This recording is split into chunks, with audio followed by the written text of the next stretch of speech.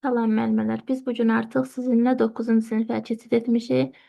Hər birinizə uğurlar arzu edirəm. Digər sinifləri necə ki, asan, rahat yollarla, asan üsullarla həyatla əlaqələndirib öyrəndiksə, 9-cu sinifə onlardan da asan formada öyrənəcəyik. 9-cu sinifi sevək, çünki 9-cu sinif biraz geniş olsa da, çətinmiş kimi görünsə də, e, asan mövzularımız bizimlə burada qarşılaşacaq asan mövzularla. Yəni əvvəldən sizə bu danışmanı edirəm ki, siz 9-u sevəsiniz. 9-a bütün müəllimlər çətindir. 9-cu sinif hətta oxumaq istəməyib, sadəcə 5, 6, 7, 8 oxumaq istəyən müəllimələr də var. Bir-iki nəfər yox, bir neçə müəllimələrimiz var. Amma tövsiyə edirəm ki, 9-cu sinifi oxuyaq, öyrənək həvəslə, dərindən. Çünki 9-cu sinifdən bilirik ki, mütləq sual düşür və düşməlidir də, düşəcək də. Hardasa bir 4-5 sual 9-dan düşür. 9-cu sinifin hansı mövzularından düşür bəs suallar? Məsələn, nəzər yetirsək, silosdan həmişə düşüb, qara və əlvan metallardan həmişə düşüb. Sonra 9-cu sinifdən parça bölməsindən sual düşüb dəfələrlə. Qida bölməsindən sual düşüb, düşə də bilər. Yəni 9-cu sinifdə mövzular genişdir deyə, mövzudan da məsələn siz 5-ci sinifdə bir mövzudan 20 sual, 24 sual, 30-32 sual işləyirsinizsə, artıq biz 9-cu sinifdə bir mövzudan 70, 80, 50 bu formada suallar işləyəcəyik. Təbii ki, burada çox asan, adi suallarla da biz qarşılaşacağıq. Məsələn, qardırob nədir, kataloq nədir? Bu dərəcədə asan suallarımız da olacaq. Yəni elə də çətin deyil bizim 9-cu sinifimiz. Burada da bizim ardıcılıqlarımız olacaq. Onları da biz rahat yolla öyrənəcəyik. Necə ki, əvvəlki siniflərdəki ardıcılıqları öyrənmişiksə, onları da öyrənəcəyik. Onların da müzakirəsi aparılacaq. Yəni, hər bir hissə müzakirə olunub öyrəniləcək. Dərsimizin də izahları göndərilib. Həqiqətən də özünüz də görürsünüz ki, burada məsələn düzgünlükdür, səmimilikdir. Bax, bu hissələr açar sözlərlə izah olunub. Yəni, bütün müəllimələr burada açar sözlərlə tapır. Demirəm, hökmən mən qeyd eləmişəm. Sadəcə mən biraz da daha geniş fikir vermişəm ki, necə, nəyi yadda saxlayaq. Bu iki mövzuda, bugünkü danışacağımız iki mövzumuzda bilirəm hansı hissələr sizin üçün çətindir, hansı hissələri dəfələrlə testlərdə səhv edirsiniz. Hətta o hissələri oxumayacağam, nə düşərsə yazmaram, ya da ki, səhv yazaram, bunu belə gözə almısınız.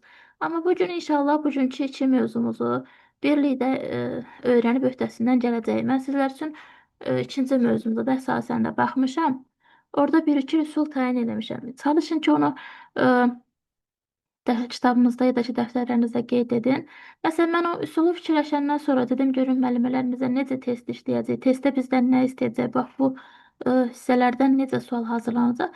Məsələn, mən suala baxan kimi inanın ki, sualdan əminliklə, həmin o cümlələrlə mən o sualımın cavabını testdə tapmış oldum.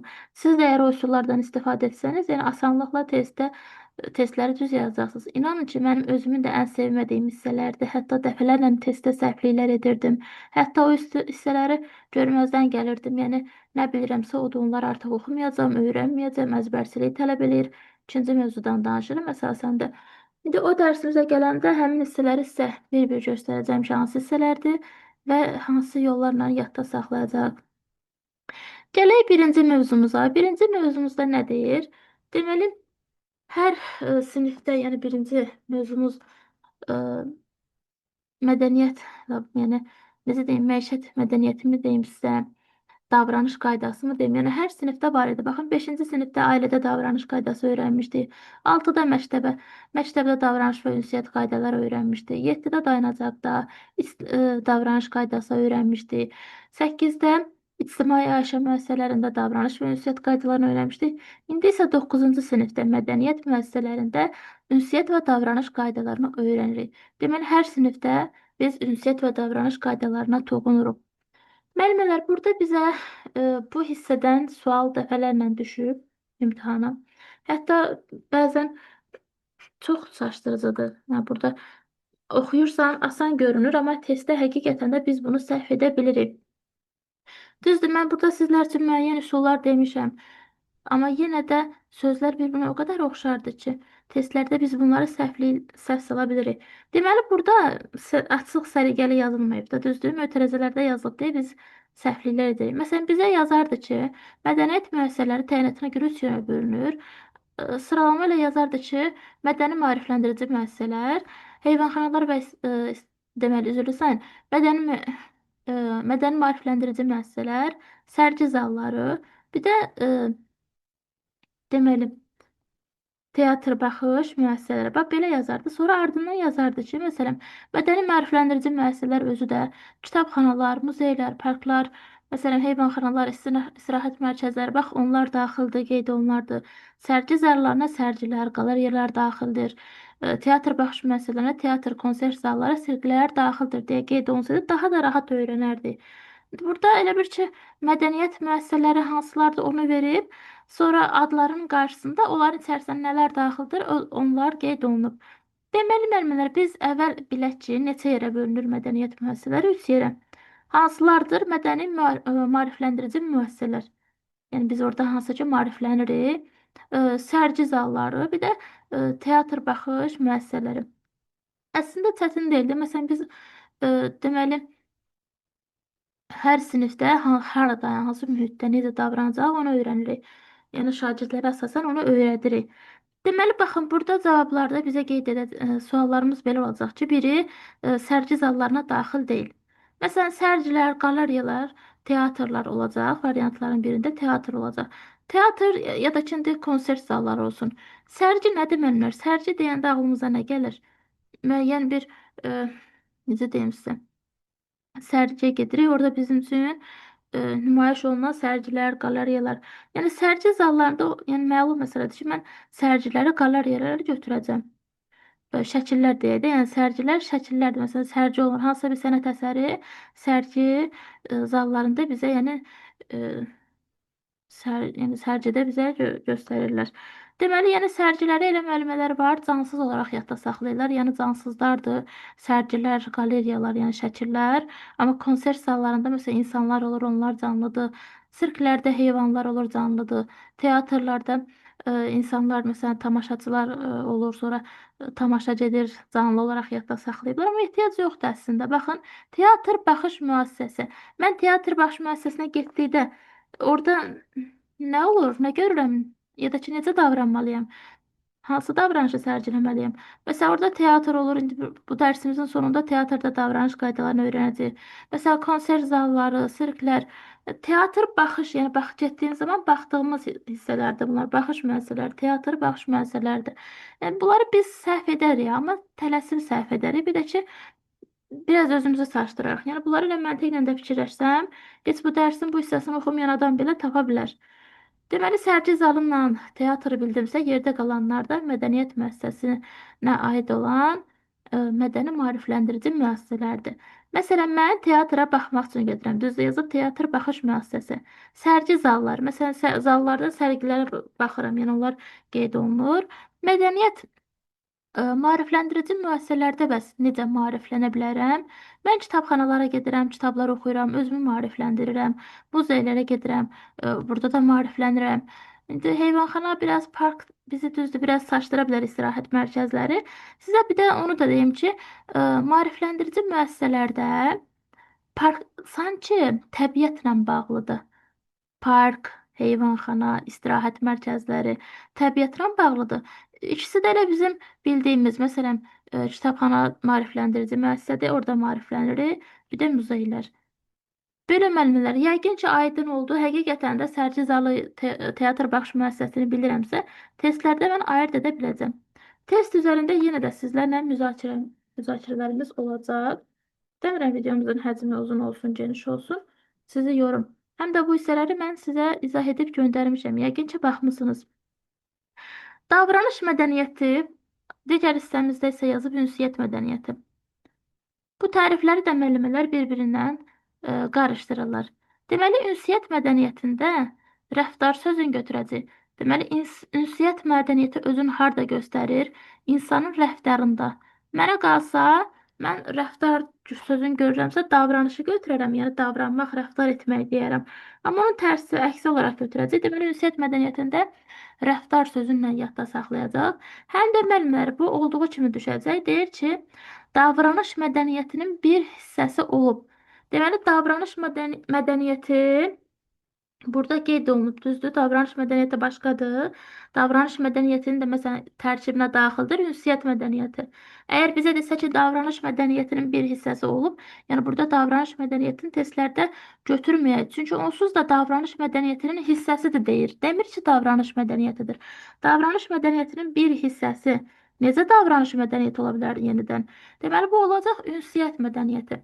Həm rəftar sözündən insanın rəftarında özünü göstərir, həm də ki, elə davranış mədəniyyətində açıq-aşkar burada qeyd olunub ki, yəni cavab davranış mədəniyyəti olmaz. Bu tərifə biraz diqqət yetirək. Sonra bizim burada davranış mədəniyyətinin öz tərifinə baxaq. Məsələn, deyir ki, insanlar bircə yaşayış zamanı ə, əməl edəcəyi qayda və qanunlar. Bəli, yəni mən bircə yaşayıramsa, necə davranmalıyam? O qayda qanun əsasən, yəni mən istədiyim kimi davrana bilmərəm. Həm ailə mühitində, həm ə, cəmiyyətdə mən necə gəldi davrana bilmərəm. Müəyyən davranış qaydalarına mən əməl etməliyəm.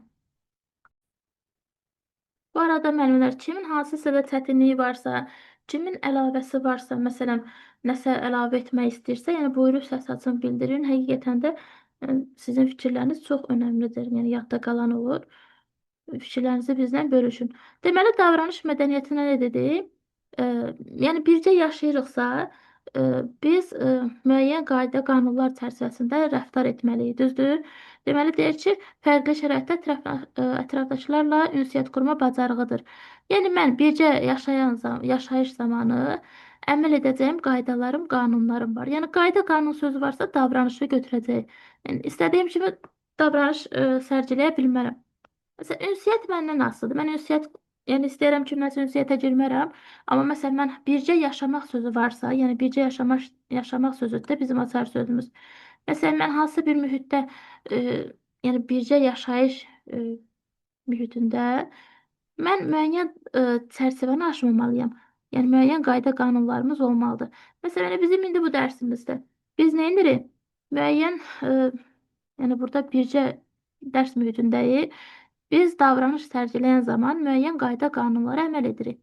Bir-birimizin sözünü kəsmirik, bir-birimizə kobud davranmırıq. Belə, bir-birimizlə fikirlərimizi bölüşürük. Yəni, qısası, bircə yaşayış sözü varsa, davranış mədəniyyətini götürəcək.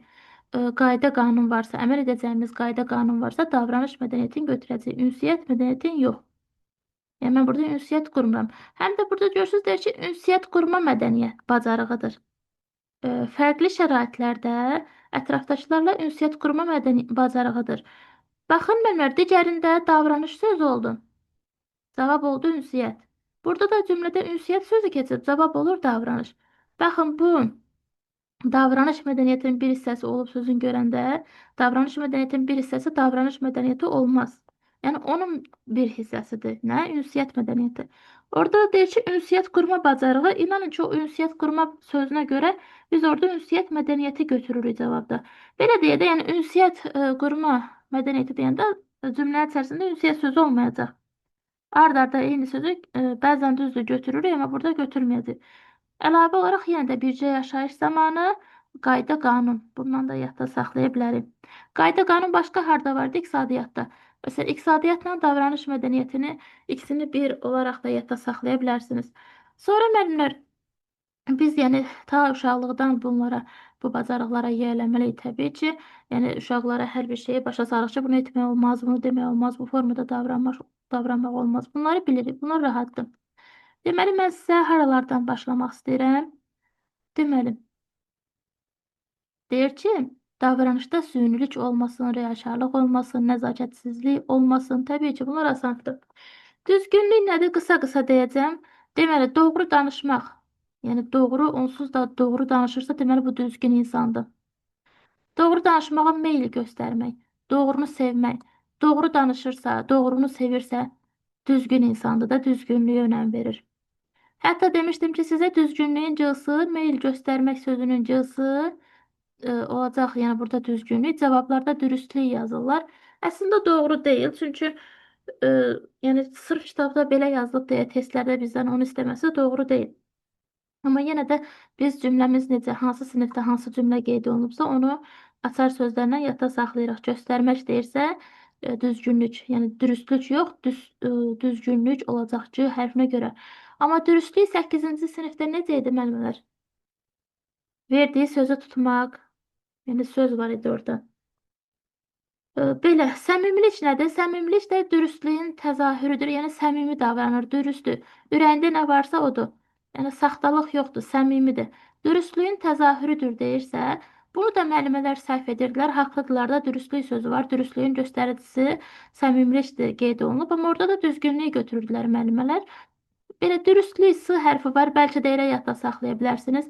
Çox asandır. Bunu səhv edərək də biz öyrənə bilərik. Yəni bunu bir dəfə də səhv etmisinizsə, avtomatik cavab yadda qalacaq. Yəni biləcək ki, sən demə cavab səmimilik imiş. Dürüstlüyün təzahürü səmimilikdir. Yəni yadda qalar. Səmimi insanda da yəni dürüstlüyün göstəricisidir ki, bu nə varsa səmimi davranır. Ürəyi nədirsə, içi nədirsə, yəni xaricdə də o formada davranır. Saxtalıq etmir, səmimi insandır, dürüstlük, yəni olduğu kimidir, bax, dürüst insandır, olduğu kimidir. Deməli, insani hiss və duyğularla digərlərinə yanaşma və bu hisslərin sözlərlə onlara çatdırılmasıdır. Yəni, hissi nədirsə, hansı hissi keçirirsə, ürəyində yəni nə fikirləşirsə, həmin o söz onları, həmin o hissləri sözə olduğu kimi çatdırır. Yəni, saxtalıq yoxdur, süynülük yoxdur, səmimi davranır. Deməli, bu da ayrıca düşür. İnsani hiss və duyğularla digərlərinə yanaşma, yəni hiss və duyğularla yanaşır, səmimi davranır. Yəni nə hiss keçirdirsə, həmin hisslərlə ona yanaşır, səmimi davranır da, yəni. Bir də ki, bu hissləri, həmin o keçirdiyi hissləri sözlərlə çatdırır. Belə, asandır bu da. S hərfi var, söz, hiss, belə, yəni duyğu, bunlar səmimiliyə aid bilirsiniz. Tələbkarlıq nədir? Tələbkarlığı mən sizə kurikulumda adlandırmışdım ki, orada bizim tələbkarlıq prinsipimiz var demişdi. İndi nəyə tələb olunur? Hal-hazırda nəyə tələb var, tələbat var? Biz tam şəxsiyyət kimi formalaşaq. Şəxsiyyət yəni özünü idarə edə bilsin, müəyyən peşəyə sahib ola bilsin, müəyyən işlər icra edə bilən şəxsdir şəxsiyyət, insandır. Deməli, nə edirik? İndi bizə tələb olunur ki, biz şəxsiyyət formalaşsın. Yəni, görək ki, şəxsiyyət formalaşıb. Şəxsiyyətin formalaşması tələbkarlıqdır. Bizdən tələb olunan odur ki, şəxsiyyət kimi formalaşaq. Bax, bu cümləni belə də yadda saxlaya bilərsiniz. Özünə tələbkarlıq çox asandır. Çünki burada özü elə bir öz üzərində çalışır. Özü özünü irəli aparır. Özü özünün üçün faydalı biliklərlə deyir, zənginləşdirməsi yoluna apardığı işdir. Yəni bu tələbkarlıq şəxsiyyətin formalaşdırmasının göstəricisidir. Burada ki, özünə tələbkarlıq da, yəni özüm edirəm bunu. Özüm öz şəxsiyyətimi daima öz dünya görüşümü artırıram. Öz faydalı biliklərə sahib oluram. Yəni özümlə bağlı deyirsə, özünə tələbkarlıq çox asandır. Öz sözü var burada. Burada da öz sözü var. Mənası hardasa eynidir. Yəni formalaşmada ikisində də formalaşsın şəxsiyyət. Sadəcə birində özünə tələbkardır. Yəni insan özü-özünə tələbkar olur. Yəni orada öz sözlərini görəcək, bunu özümüz edəcək. Tələbkarlıqda sadəcə bizdən şəxsiyyət kimi formalaşmanın göstəricisini görəcəyik. Ləyaqət yenə də ən rahatdır. Düzdür, ləyaqət də biraz çaşdırıcıdır. Biraz bizə çətin gələ bilər, amma burada L hərfi var. Elə də yadda saxlaya bilərsiniz. Mənəvi, əxlaqi kateqoriya. Məsələn, ləyaqətli insandır, əxlaqlı insandır. Hər şey, yəni öz dediyi sözü yerində deyir, artıq danışmır, artıq hərəkətlər etmir, ləyaqətli davranır. Deməli, ləyaqət sözünü layiq sözündən də yadda saxlaya bilərsiniz. Bəzən bəzi insanlar deyir ki, mən onu özümə layiq bilmirəm. Niyə? Məsələn, onu bizim ailəyə layiq görmürəm. Yəni, onlar bizim ailəyə layiq deyirlər, uyğun deyirlər. Onlar başqa təbiətlidirlər, biz başqa təbiətlər. Yəni, ləyaqəti layiq kimi də görə bilərsiniz. Mən testdə ləyaqəti necə tapırdımsa, onu sizə demək istəyirəm. Yəni, heç bir burada özümdən bir davranış qaydası ortaya qoymuram. Sadəcə testlərdə ləyaqəti necə yadda saxlayırdımsa, onu demək istəyirəm ki, ləyaqəti layiqliklə də yadda saxlaya bilərsiniz ki, yəni mənəvi əxlaqi kateqoriyadır. Biraz əxlaq sözündən ləyaqət sözünün, layiqlik sözünün hardasa bəlkə də əlaqələndirə bilərsiniz. Deməli, ləyaqət, əxlaqi, l hərfindən də yadda saxlaya bilərsiniz. Onun əsas məğzi, baxın, hörmət sözü var, görürsünüz? Özünə və şəxsiyyətə hörmətdir. Deyir, çox ləyaqətli insandır. Yəni, öz yerişin, öz danışığın, öz yerin bilən insandır. Ləyaqət, yəni özünə hörmət edir. Dən birinci özünə hörmət edir. Başqaları da ona hörmət etsin. Ləyaqət də çox asan deməlidir. Deməli, bizə lazımdır əsas özünə hörmət varsa ləyaqətdir, əxlaqi kateqoriya varsa ləyaqətdir. Bəlkə də belə yadda saxlaya bilərsiniz. Əxlaqi, biraz da sizə açar söz deyək. Əxlaqi sözündə l və q hərfləri var. Ləyaqət sözündə l və q hərfləri var. Belə də yadda saxlaya bilərsiniz. Kateqoriyadır, q hərfi var. Sonra özünə hörmət, yəni bunlar yadda qalandır. Deməli, bunlar izahda danışmışam, istəmirəm vaxtınızı alım. Diqqətlilik. Baxın, diqqət deyəndə nədir? İndi hal-hazırda siz mənə diqqətlə qulaq asırsınız da. İndi çoxunuz bilirəm ki, diqqətlə mənə qulaq asırsınız. Necə? Və fikriniz məndədir. Ekranı görürsünüz, diqqətlə baxırsınız ekrana. Yəni sizin fikriniz də, görməniz də, qulağınız da məndədir indi. Düzdür, müəllimlər? Siz indi mənə diqqətlə qulaq asırsınız. Yəni mən nəyəsə diqqətlə bir kitab oxuyuram, diqqətlə nəyəsə bir filmə baxıram, diqqətlə nəyisə izləyirəmsə, mənim fikrim, görməm, eşitməm həmin hissəyə yönəlir. Nəyə diqqət edirəmsə ona yönəlir. Asandır müəllimlər. Fikir, görmə, eşitmə kimə və nəyə yönəldilməsi diqqətlilikdir. Yəni diqqətim nədədir?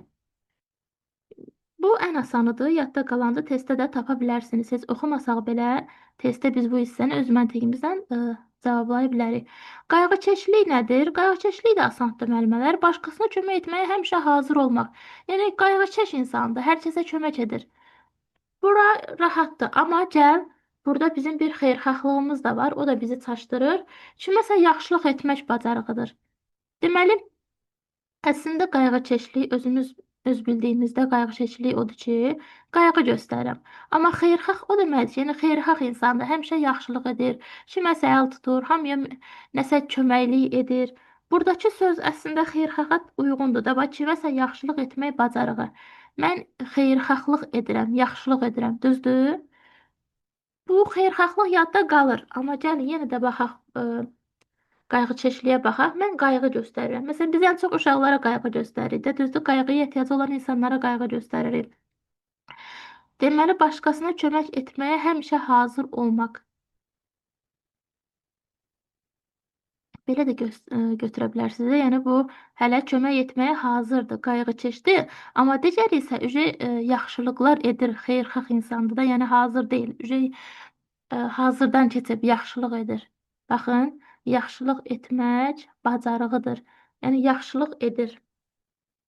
Elə ən gözəli bizim üsulumuzdur. Yaxşılığın xısı, xeyirxahın xısı və qayğıkeşlikdə də başqasına kömək etmək. Yəni, qayğıkeşlikdə də q hərfi var, başqasına da q hərfi var. Yəni, başqasına kömək etməyə həmişə hazır olmaq. Bax, burada x hərfi yoxdur bu cümlədə.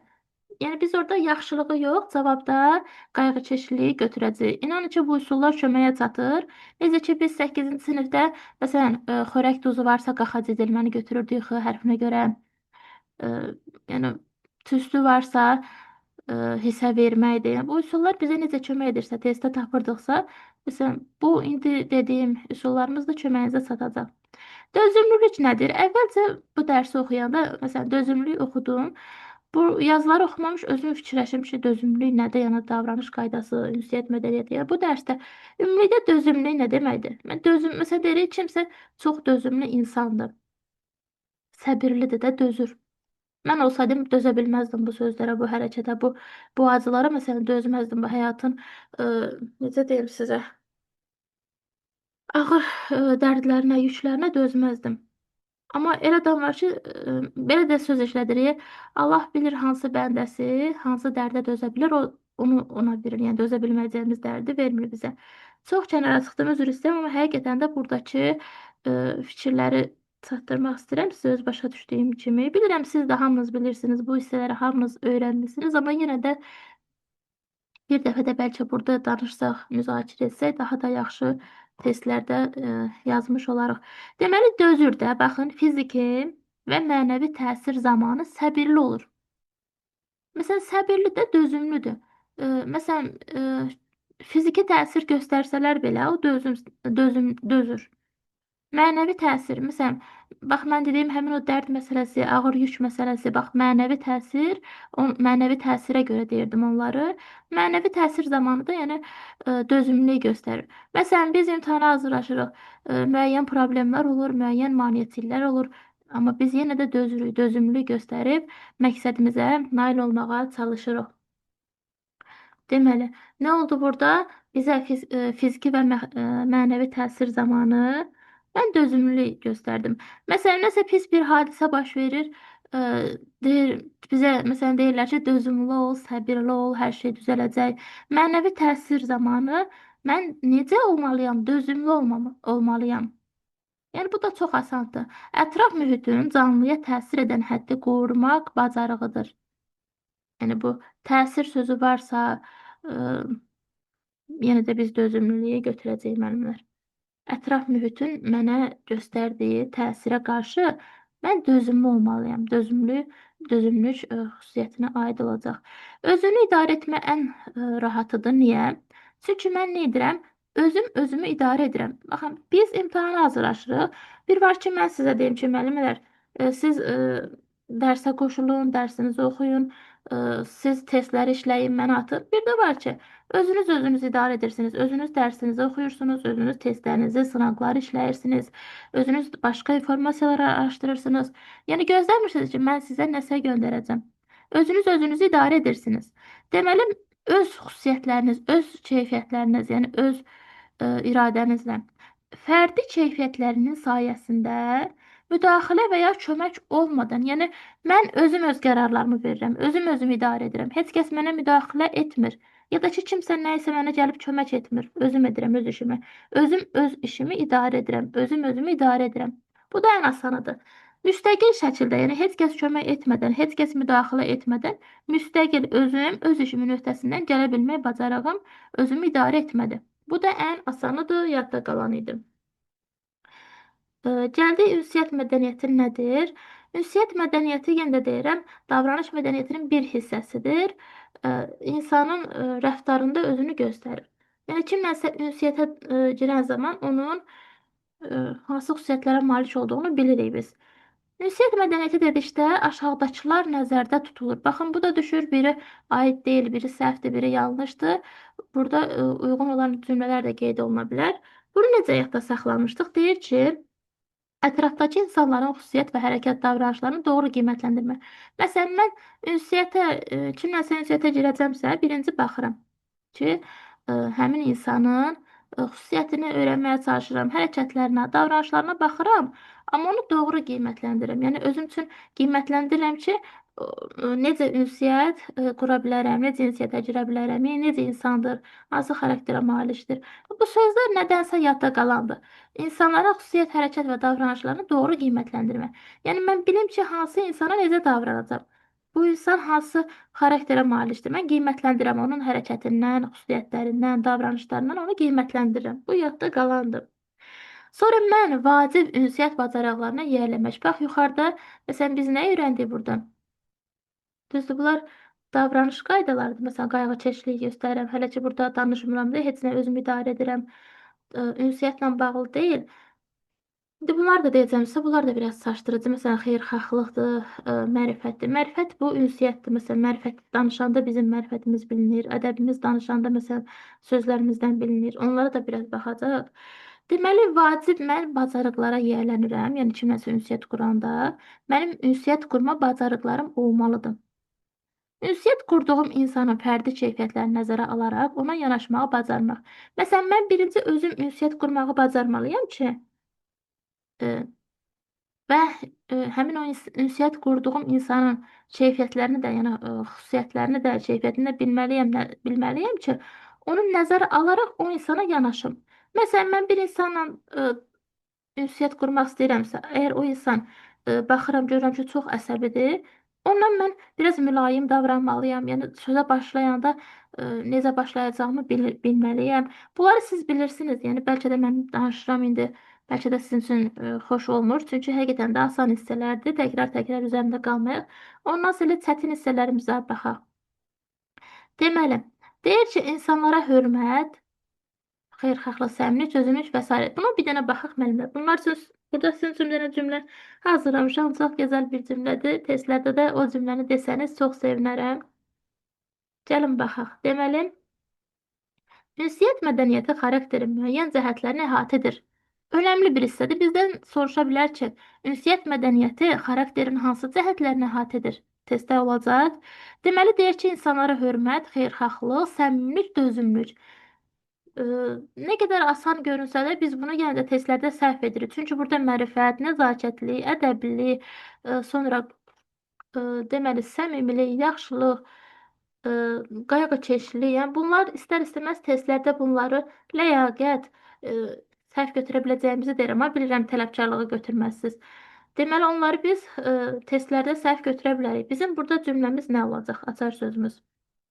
Deməli, mən əvvəlcə izahda insan adlarından demişdim. Siz yenə yaxınlarınızda qadın adlarından da yadda saxlaya bilərsiniz. Məsələn, Xəyalə adında bir qohumunuz varsa, müəllim yoldaşınız, iş yoldaşınız varsa, Xəyalə adından yadda saxlaya bilərsiniz. X adından, nə bilim, Hökümə, Səbinə, sonra Dürdanə müəlliməmiz var bizim elə öz qrupumuzdan. Yəni, öz yaxınlarınızla bir adlarla yadda saxlaya bilərsiniz. Amma mən burada cümlə hazırlamışam. Cümlə daha da yaxşı yadda qalır. İndi müəllimlər bunu elə dərsdən əvvəl etdim. İndi bilmirəm nə dərəcədə yadda qalar. Deməli, Səbinə, Səbinə yox, Səbinəni də deyirəm yenə. Deməli, yazmışam ki, Səbinə dözüb hörmətlə yanaşsa da xeyri olmadı. İndi hansısa bir münaqişə var, Səbinə adlı bir xanım var. Dözür, deməli, hörmət edir, dözür demir, amma xeyri yoxdur da elə həmin münaqişə davam edir. Niyə bu cümlə yazmışam? Səbinə səmimilik, dözümlük dözür, hörmət edir, amma xeyri olmur, xeyirxahlıq. Bu cümləmiz bu cümləmizdir. Dedim o biraz uzun olar, çovud olar, yadda qalmayan olar. İndi belə bir cümlə də yazdım. Deməli, sənə hörmət edib dözdüm, xeyri olmadı. Vallah bu üsullar sizə lazımdır. Bəlkə də deyirsiniz, nə danışır bu müəllimə, niyə danışır? Amma inanın ki, bizim köməyimizə çatacaq testdə. İndi birazdan testdə mən o formada deyəcəm. Deməli, sənə hörmət dedim. Sənə hörmət edib dözdüm, amma xeyri olmadı. Məsələn, bir ki, nəsə münaqişə girmişik. Ondan öz danışığımızı pozmaq istəmirik, çovud olmaq istəmirik, qırıcı olmaq istəmirik, mədəni davranmaq istəyirik, amma görürük ki, yox, xeyri yoxdur. Yəni, münaqişə hələ də davam edir. Hələ də o insan, qarşımızdakı insan bizi başa düşmür. Deyir ki, sənə hörmət edib dözürəm, amma yenə də xeyri olmadı. Deməli, sənə hörmət edib dözürəm. Bu hissəni kəsib kiməsə göndərməyin, birdən müəllimlər səhv başa düşər. Bilməzlər, nəysə, buradakılar yadda saxlamaq üçün deyirəm. Dözüb, təbii ki, bu bir zarafatdır. Deməli, dözüb. Qarışdım, bizi də bu ekranı dayandırın, vaxtımız getməsin.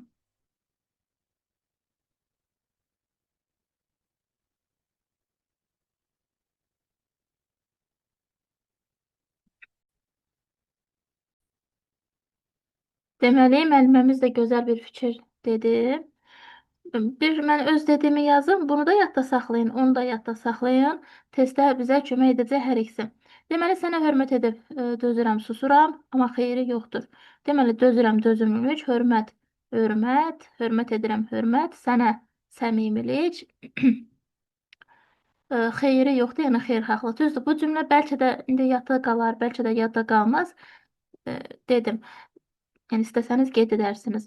Sonra müəlliməmiz hökümə deyir ki, xeyirxahdır, səmimidir, dözümlüdür. Belə bir fikir bildirdi və mən ona əlavə etmək istəyirəm ki, bizim bilirsiniz də təyyarə qəzasında vəfat etmiş Hökümə xanım, ondan istər-istəməz yadda saxlaya bilərik, məcburuq biz bu hissələri testdə səhv edirik, yadda saxlayaq. Həm də biz onu gözəl xatirələrlə anırıq da, yəni pis mənada heç bir fikir burada işlətmirik. Deməli, hökümə E, Orada yəni dözümlülük göstərdi, insanlara qarşı xeyirxahlıq göstərdi və onlara səmimi davrandı. Yəni onlarla son nöqtəyə qədər səmimi davrandı. Onlara yəni özü dözümlülük göstərdi və xeyirxahlıq da təbii ki göstərmiş olardı yəqin ki. Ən gözəl elə üsullardan da biridir. Yadda da məncə qalar. E, Dözümlülük yadda qalacaq. Yəni oradakı qəza ilə bağlı dözümlülük yadda qalar. e, Xeyirxah da yadda qalar. Çünki insanlara qarşı indi orada nə qədər insanlar həyatdan keçirib, qorxu keçirib, indi onlara da biraz ürəkdirək verər, xeyirxahlıq bəlkə də etmiş olar, onu da deyə bilərik. Səmimi də yəni səmimi davranıb, hər şey yaxşı olacaq, e, qorxmayın. Yəni belə də yəni səmimini də burada götürə bilərik. Gözəl üsuldur, müəllimə təşəkkür edirəm. Siz artıq bu üsulla yadda saxlamısınızsa testlərdə tapacaqsınız və müəllimələrimiz də bəlkə də elə bundan sonra bu üsulla testimizin cavabını yazmış olacaqlar. Aşağıdan yazırlar, baxım görüm nə yazmısınız. Deməli, xüsusi hüquqi sosial dəstək əla hal aldı müəllimlər. Deməli, deməli, doğrudur müəllimlər. S, D baş hərflərinə. Gözəl. Görürsünüz nə qədər fikirləriniz. Bəlkə də başqa üsullarınız da ola bilər. Dərsdən sonra yenə də əgər yenə də testlərdə səhvliyiniz olsa, özünüz üçün nəsə bir cümlə, nəsə bir hərf, nəsə bir söz, ad, nə iləsə yadda saxlamaq olar. Xüsusi hüquqi sosial dəstək. Doğrudur müəllimə. Gözəl. Bildim nə demək istəyirsiniz. Əla. Belə. Baxaq başqa nə var burada? Advokat bilir ki, yəni tam uyğun, yəni uyğun davranmalıyıq. Hansı vəziyyətdə isə həmin vəziyyətə uyğun davranmalıyıq, danışmalıyıq, reaksiya verməliyik. Uyğunluqdur advokat. Deməli, davranış mədəniyyəti insanlara hörmətlə yanaşmaq və düzgün rəftar etmək deməkdir. Baxın, müəllimlər, burada da rəftar sözü var. Mən sizə demişdim ki, ünsiyyət mədəniyyətində rəftarla götürək. Yəni təkcə rəftarla da götürə bilmərik. Çünki görürük ki, davranış mədəniyyətində yenə də qısa bir tərif var burada. Və orada deyir ki, insanlara hörmətlə yanaşmaq, düzgün rəftar etmək. Yəni rəftarım davranmaq deməkdir. Olsun. Məsələn, biz sizlə öyrənmişdik ki, 8-ci sinifdə davranış iki cür olur: real və verbal. Məsələn, real rəftar şəklində idi, hərəkətlərlə idi, verbal sözlərlə. Yəni biz burada rəftar, yəni realı götürürük. İnsanlara hörmətlə yanaşmaq, düzgün rəftar etmək. Yəni rəftar etmək olsa davranmaq deməkdir. Həm də ki, baxın görürsüz, hörmətlə yanaşmaq, düzgün rəftar etmək. Düzgün danış demir ki, düzgün ünsiyyət kur demir ki, yəni rəftarın düzgün olsun deyir. Burada yadda saxlaya bilərik. Xeyirxahlıq və dözümlülük ədəb və mərifəti inkişaf etdirir. Deməli, bax bundan əvvəl biz bunlara görə sözlər tapmağa çalışırıq, yoxsa əzbərləyərik. Amma baxın, yuxarıda biz gördünüz, başqa bir sözlər danışdıq. Məsələn, dedik ki, deməli, biz nə dedik sizlərlə? Deməli, xarakterin müəyyən cəhətləri əhatə edir nəyi? Hörmət, xeyirxahlıq, səmimilik, dözümlülük. Yəni əsas bunlar əhatə edir. Sonra burada deyir ki, xeyirxahlıq və dözümlülük ədəb və mərifəti inkişaf etdirir. Heç də uyğun gəlmir bu cümlə. Yəni bir insan xeyirxahdırsa, o ədəbli deyil axı. Onun yaxşı insan olması deməkdir. Yəni ədəbli olması demək deyil, ya da ki, mərifətinə əlaqəli deyil. Məsələn, mənə görə. Amma dözümlülük, bəli, dözümlülük ədəb və mərifəti götürə bilərəm. Yəni dözümlülük göstərir, mərifətli davranır. Yəni mərifətdə bilirik də, yəni mərifətli insan olmaq necədir bilirik. Deməli dözümlü insandır. Yəni mərifəti var, qanacağı var belə deyək. Amma orada biz xeyirxahlıqla biz bunu götürə bilmirik. Burada da yenə də nəsə yadda saxlaya bilərik baş hərflərindən ya da ki hansısa bir adlarla nəsə əlaqələndirə bilərik.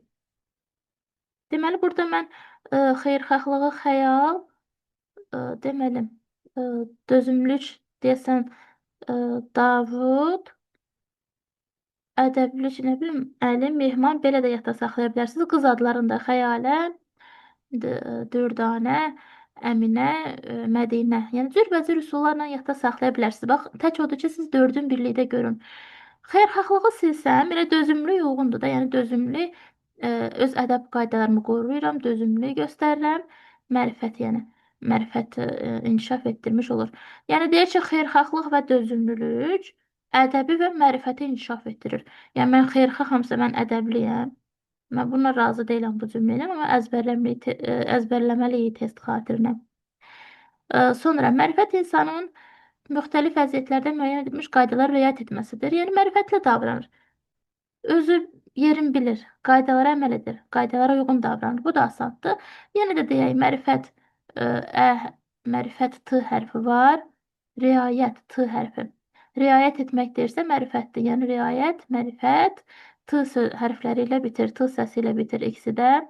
Müəyyən qayda deyir, yəni mərifətin M-sı, müəyyənin M-sı, müxtəlif, müəyyən, mərifət, belə də yadda saxlaya bilərsiniz. Biz oduncaq bölməsində meşə və mişar materiallarını ölçmək üçün metal ölçmə lentini necə yadda saxlamışdıqsa M hərflərindən, burada da müxtəlif vəziyyət, müəyyən edilmiş qayda, mərifət götürə bilərik. Yəni, hansısa bir qaydada həmin vəziyyətdə hansı qaydalar müəyyən olunubsa, nələrə əməl etməliysə, elə davranıramsa, əməl edirəmsə, mənim mərifətim var. Mərifətliyim. Ədəbli olmaq, yəni deyir, təkcə ədəb qaydalarını bilmək deyil, asandır. Ədəb sözü varsa, ədəb qaydalarını bilirəmsə, deməli ədəbliyəm. Bir də var ki, bunu biraz dəyişin özünüz üçün. Məsələn, deyirik ki, elə insanlar bilir bu ədəbsizlikdir, bunu etmək olmaz, amma yenə dedir. Yəni, o ədəb qaydalarını bilir, amma ədəbli deyil. Yəni, mənim onun ədəb qaydalarını bilməsi, onun ədəbli olmasını gətirib çıxarmır. Əsas onun davranmağıdır. Yəni, o ədəb qaydalarına riayət edirmi, əməl edirmi? Həmin qaydaları bilsə də onu yerinə yetirirmi? Ədəb sözü varsa ədəbli olmaqdır. Həm də insanlar arasında münasibətin ölçüsünü hiss etmək. Ədəbi var da, ədəbsizlik eləmir. Bilir ki, hər şeyin öz yeri var, ölçüsü var, aşmır, sərhədə aşmır, ölçünü aşmır. Bilir ki, məsələn, bu sözü demək olmaz, ədəbsizlikdir. Məsələn, münasibət zamanı ölçünü hiss edir. Bilir ki, hər şeyin öz yeri var, ölçüsü var. Bu ölçünü aşmaq olmaz, ədəbsizlik göstərmək olmaz. Gözəl sözlərdə ədəbli olmaq, yəni yadımızda qalandır. Bir də mən öz fikirlərimi bölüşmürəm sizlə. Burada yazılanları nəsə əlaqələndirmək, doğrulamaq istəyirəm. Buradakılar mən də bilirəm, qarışıq yazılıb. Yəni tam yəni ədəbli olmaq haqqında daha ürək açan bir fikirlər mən burada görmürəm. Ya da ki, o birilər haqqında. Advokat nədir? Özdəki uşaqlar, mən bunu uşaqlara dərs keçiriksə, biz bunu uşaqlar qavraya bilməyəcəklər. Düzdür, biz yenə araşdırma etməliyik, yenə də öz fikirlərimizi, əlavələrimizi deməliyik, amma buradakı cümlələr kifayət etmir. Onlar razı olmurlar bu cümlələrlə. Amma biz imtahan xətrinə bunları əzbərləməli, açar sözlərlə nəsə yadda saxlamalıyıq. Advokat, yəni bildik, tamdır, uyğundur, eynidir. Yəni hansı vəziyyətdəyəmsə, o vəziyyətə uyğun davranmaq, ya da ki, söz demək, hərəkət etmək, yəni uyğunluq təşkil etməlidir. Belə bunlar heç. Nəzakətlilik 8-də də görmüşdük, burada da görürük. Bir də keçməmişdən əvvəl sizin üçün önəmli bir hissəni deyim.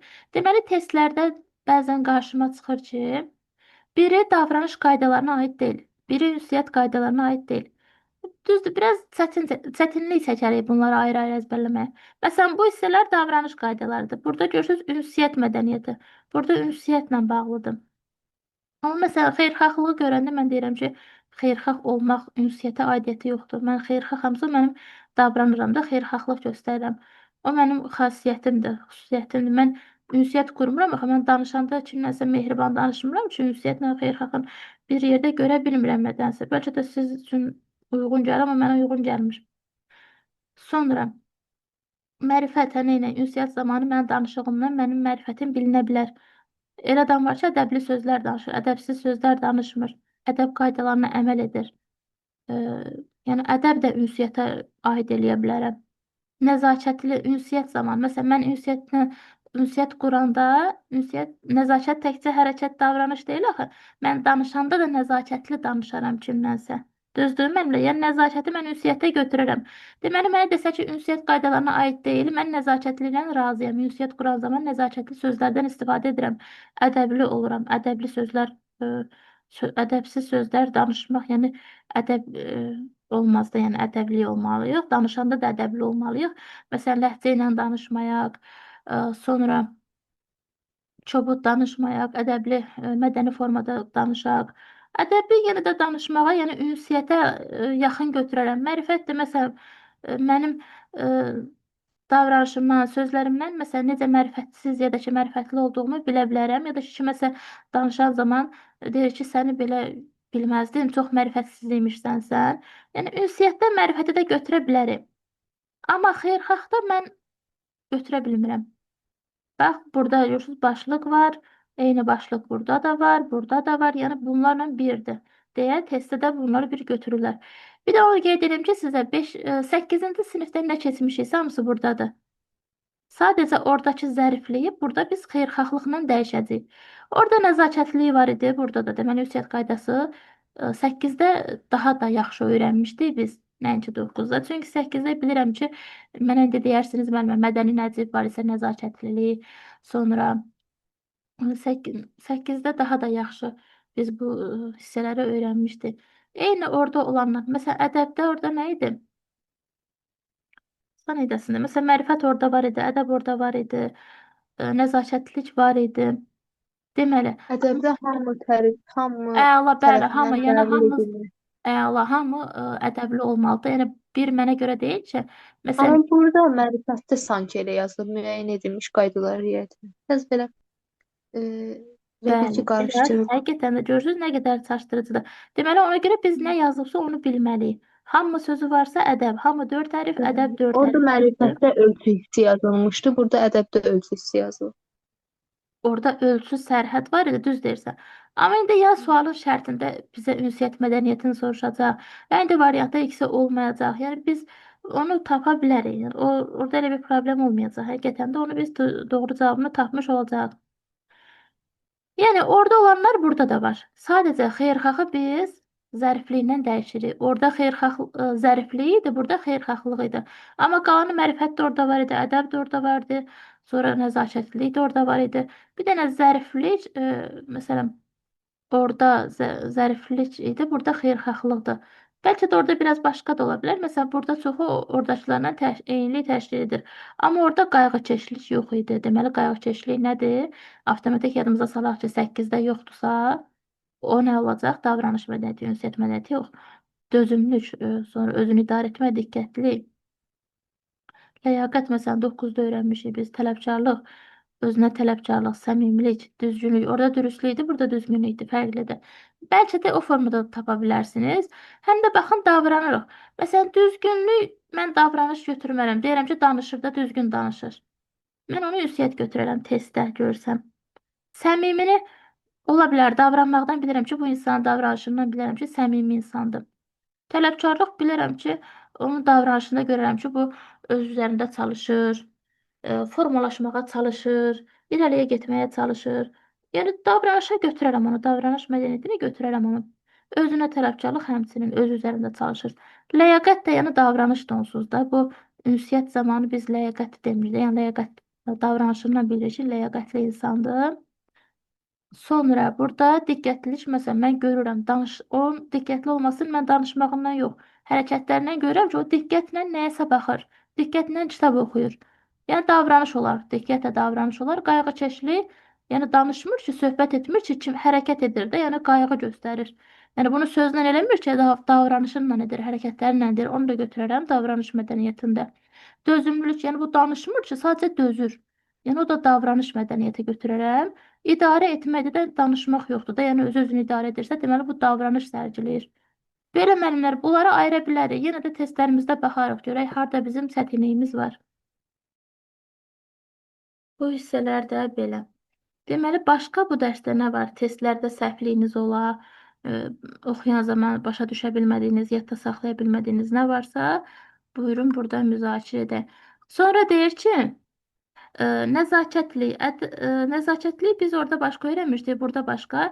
Deməli, deyir ki, ədəb və mərifətdir. Baxaq, müraciət zamanı gözlənilən ədəb və mərifətdir. Ola bilər, yəni nəzakətli insandır da, yəni danışığından bilirsən ki, bu nəzakətli danışır. Yəni o kiməsə müraciət edən zaman nəzakətli müraciət edir. Yəni onun ədəbli olması, mərifətli olması, nəzakətliliyinin göstəricisidir. Belə də yadda saxlaya bilərsiniz. Müraciət zamanı Z hərfi, gözlənilən Z hərfi, nəzakət Z hərfi. Belə də yadda saxlaya bilərsiniz. Çünki çox vaxt olduğu kimi yazırlar cümləni. Yəni həmin o gözlədiyimiz ədəb və mərifətimiz bizim nəzakətliyimizin göstəricisidir. Başqa burada nə ola bilər sizi çaşdıra bilən, səhv edəcəyiniz? Bunlar asandır. Deməli, Kitabxanada davranış qaydaları da bilirəm ki, hər biriniz bilirsiniz. Yəni biz uca səsdən oxumamalıyıq, başqalarına mane olmamalıyıq, kitabı korlamamalıyıq. Bunları bilirik. Qardırop bilirik, yəni paltarlar üçün məkanı bilirik. Kataloqda bilirik ki, məsələn, nəyinsə hər orada onun məzmusu da, yəni kataloqda asandır, yadda qalandır. Teatr baxış müəssisəsində də, yəni biz ora gecikməməliyik, vaxtında getməliyik, orada telefonu yəni söndürüb getməliyik, uca səs olmamalıdır, monitor olmamalıdır, gecikməməliyik, əgər gecikmişiksə ora yəni daxil olmağa cəhd göstərməməliyik, üçüncü zəngdən sonra giriş qadağandır. Belə müəllimələr, bunlar da asan, yata qalan rahat hissələrdir. İndi isə keçək mövzumuzun testlərinə. Bu mövzuda nə bir şəkil, nə də bir ardıcıllıq mərhələmiz yoxdur deyə sadəcə testlərdən ibarət olacaq.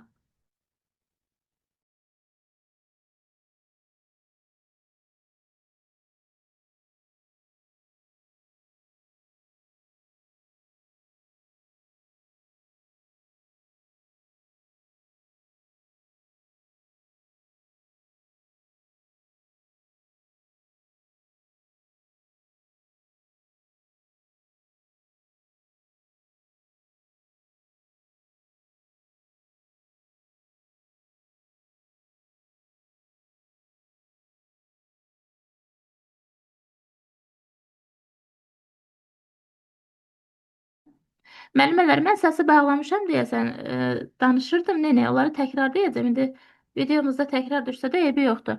Deməli, cədvələ əsasən doğru cavabları yazırıq biz. Doğru cavabları istədiyinə görə elə cədvəldə nədirsə onu götürürük. Uyğunsuzluq demədiyinə görə uyğunluğu götürürük. Düz sütunlarda düz fikirlər olmalıdır. Yanlış yazılıbsa burada yanlış fikirlər yazılmalıdır. Deməli, yazın cavabları yavaş-yavaş baxırıq. Deyir ki, davranış mədəniyyəti deməli, insanlara hörmətlə yanaşmaq və düzgün rəftar etmək deməkdir. Bu fikir doğrudurmu? Bura plus qoyaqmı?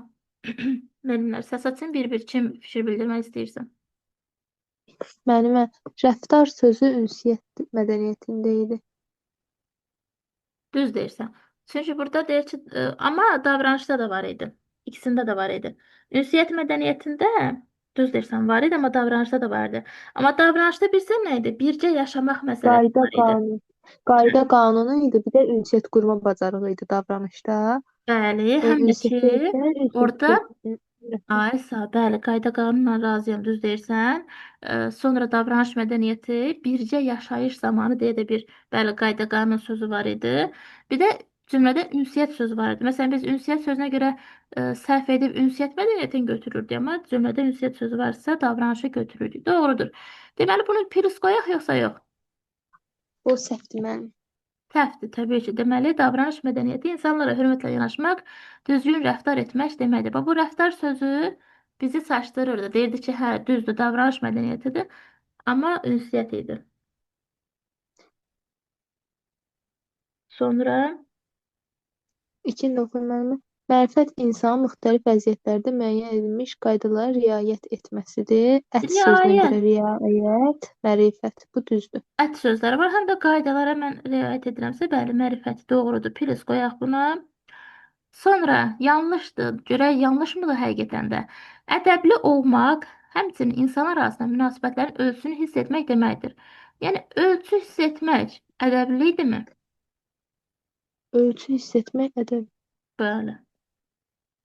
Öz ölçümü, yəni mən ölçünü aşmaq Bəli, ölçü sizdə ədəbli. bəli, ədəblilik idi. Digəri ilə qarışdırdım olsun. Hə. Sonra deyir qayğıkeşlik kiməsə yaxşılıq etmək. Yaxşıda x hərfi var demişdi. Bəli, o Xeyirxahlıq xeyirxahlığa idi. aiddir bu Deməli bu səhvdir. səhvdir. Deməli mən plus qoymuşamsa düz deməkdir. Minus qoymuşamsa yəni bu səhvdir deyə minus qoymuşam qarşısına. Deməli doğru deyir. Bura plus olmalıdır. Doğrudan plusları götürəcəm. Yanlışdan da minusları. Mən burada bura plus qoydum. Heç bunu içine Allah heç bunu etməyək. İçini götürürəm. Bir də 4'ü götürürəm. Çünki burada plus və doğruda plus, yanlışda minus. 2, 4 amma biz burada nəsə səhv etdik. Bir də onu deyim müəllimlər, burada elə bir test var idi ki, səhvliklər var idi topluda. Sonradan onlar düzəliş olmuşdu. Bəlkə də həmin testlərdəndir. Bir düz idi müəllimlər. Biz biraz səhvlik etdik. Niyə? Çünki baxın, davranış mədəniyyəti insanlarla hörmətlə yanaşmaq və düzgün rəftar etmək deməkdir. Yəni var bu, hörmətlə yanaşıram, davranıram da, burada mən danışmıram, ünsiyyət qurmuram. Bu mənim davranışımdır. Yəni e, insanlara hörmət edirəmsə, düzgün rəftar edirəmsə, düzgün davranıram. Hörmət danışmaq deyil, axı ünsiyyət deyil. Hörmət deyəndə elə davranmaq gəlir ağlımıza. Belə, bu bizim davranış mədəniyyətinin 2 dənə tərifi var. İkisini də ard-arda vərəqdə yazın. Deyərək yox, dəftərinizdə yaxşı olar ki, yazın. Yazın davranış mədəniyyəti, qırmızı qələmlə yazın. Sonra qarşısından onun tərifini yazın. Yenə aşağıdan yazın davranış mədəniyyəti. Bax, burada olan tərifi yenidən yazaq. Davranış mədəniyyəti. Elə bir ki, necə ki, texnologiyanın 2 dənə tərifi yoxdur kitabımızda. Biri qısa, biri geniş.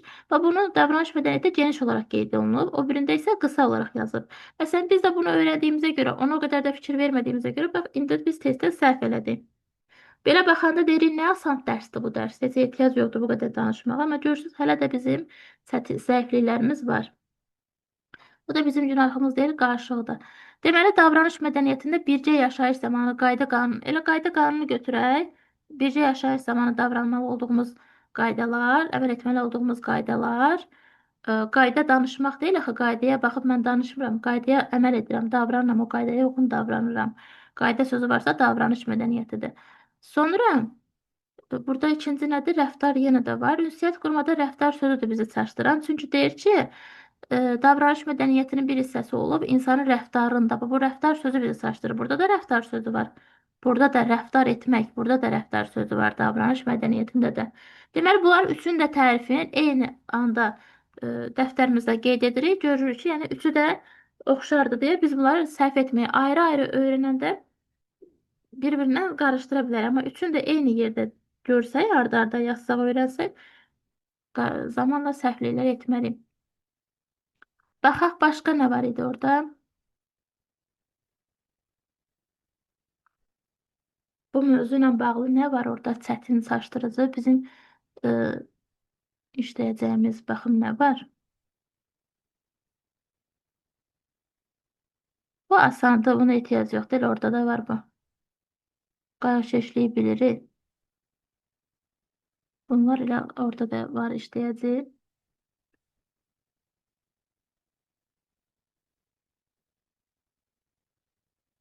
Üçüncü sualda cavab nədir? İnsanların bircə yaşayış zamanı əməl etdikləri qayda qanunlar, həmçinin ünsiyyət qurma bacarığı.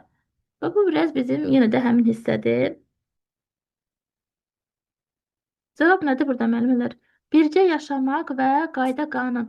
Üstə Ən müəllimə gözəli. davranış mədəniyyəti deyil. Bəli, davranış mədəniyyəti. Həm burada ünsiyyət qurma sözü var. Ünsiyyət qururamsa mən davranış zamanı, məsələn, ünsiyyət qururam. Ünsiyyət qurma bacarığım olur. Məsələn, bircə yaşayan zaman mən ünsiyyət qurma bacarığı varsa, davranış mədəniyyəti nə götürə bilərəm bunu. Belə demək istəyirəm ki, cümlədə ünsiyyət sözü varsa, cavab ünsiyyət olmadı burada. Həm də görsünüz, cavablarda da ünsiyyət yoxdur. Yaxşı ki, bizdə bu testimiz gözəl tərtib olunub. Burada bizi çaşdırmaq üçün ünsiyyət qurma mədəniyyəti yoxdur.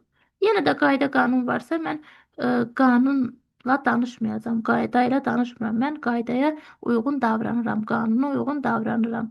Yəni, burada davranmağı götürəcəm.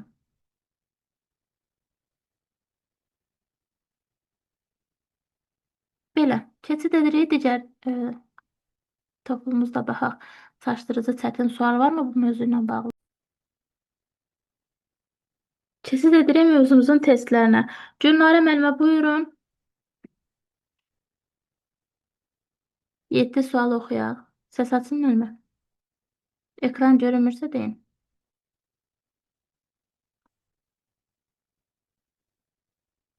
Gülnarə müəllimə yoxdursa, Aynur müəllimə, buyurun.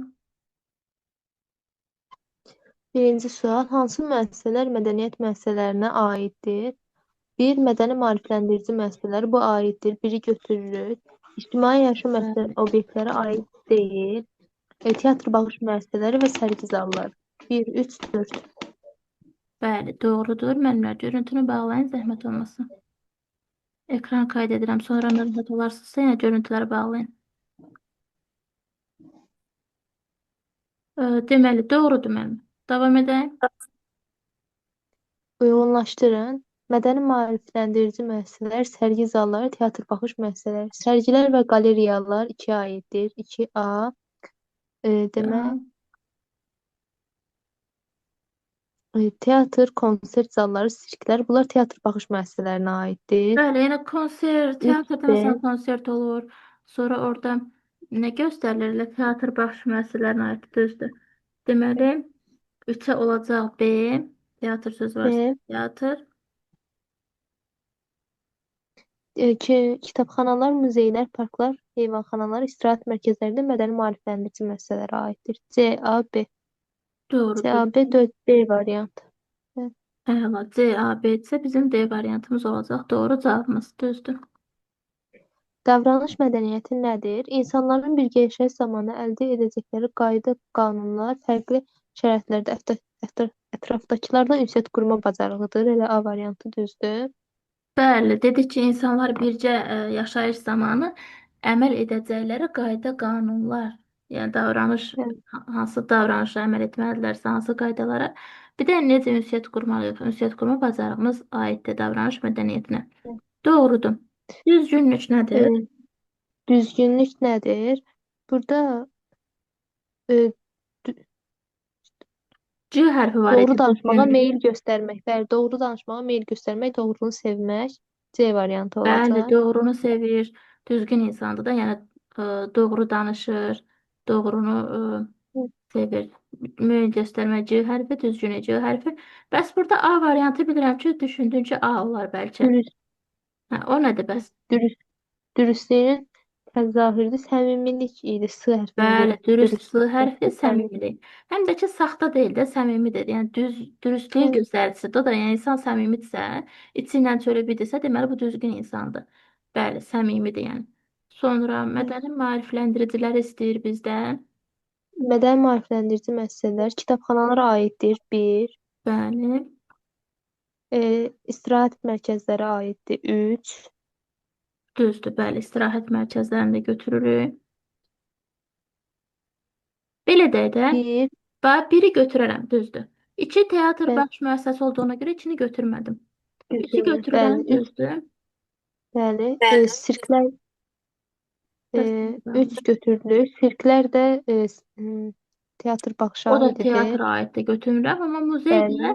Muzeyə sərgi aiddir. var da. Bəli. Aid deyil, çaşdırıcıdır muzey. Bəli. Muzey nədir? Muzeydə Sər bəlkə də aiddir. Sərgi zallar muzey. Muzeyə aiddir. Mənim Müəllimə. ait Sərgi deyil. Deyir zallarına ki, sərgi. mədəni insanlar muzeyə gedir.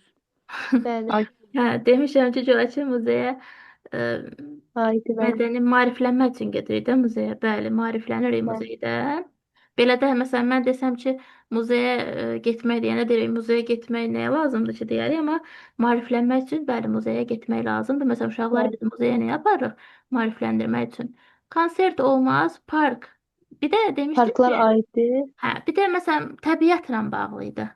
Park, heyvanxana, Heyvanxana, bəli. İstirahət istirahət mərkəzləri olur. mərkəzləri və təbiətlə bağlı olduğunu da yadda saxlaya bilərik. Parkdır, heyvanxanadır, istirahət mərkəzləridir. Bunlar təbiətlə bağlı demişdim. Doğrudur. Deməli mən götürürəm Səmi burada biri, bax 1, 3, burada 3, 5. 5, 7, 8. B variantımızdır doğru cavabımız. Səmimilik nədir? Doğru danışmağa meyl göstərmək bu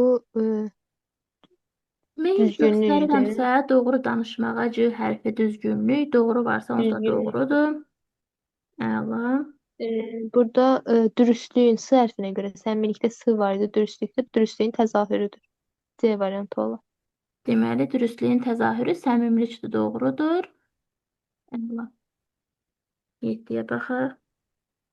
İnsani hiss və duyğularla digərlərinə yanaşma və bu hissləri sözlərlə onlara çatdırmaq, bu da səmimilikdir. Yəni hissləri sözlərlə çatdırmaq səmimilikdir. D variantı.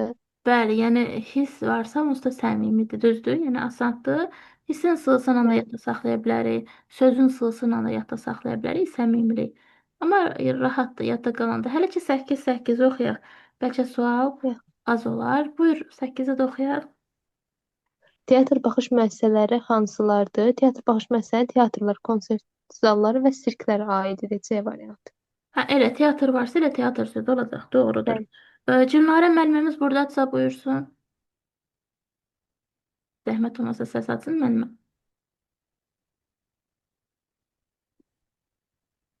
Xanım müəllimə buyurun.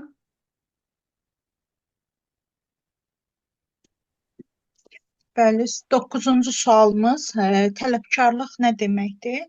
Burada düzgünlüyün təzahürüdür. Bu səmimiliyə aiddir. Şəxsiyyətin formalaşmasının göstəricisidir.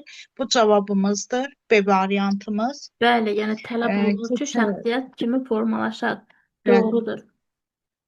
Digərlərini də izah edeyim müəllimə. Bəli, bəli, daha da Fikirlərin, görmənin, eşitmənin, bu diqqətliyə aiddir. Fikrin, görmənin, eşitmənin cümlələri, sözləri varsa, bu diqqətliyə aiddir. Mənəvi əxlaq ləyaqətə aiddir, deməlidir.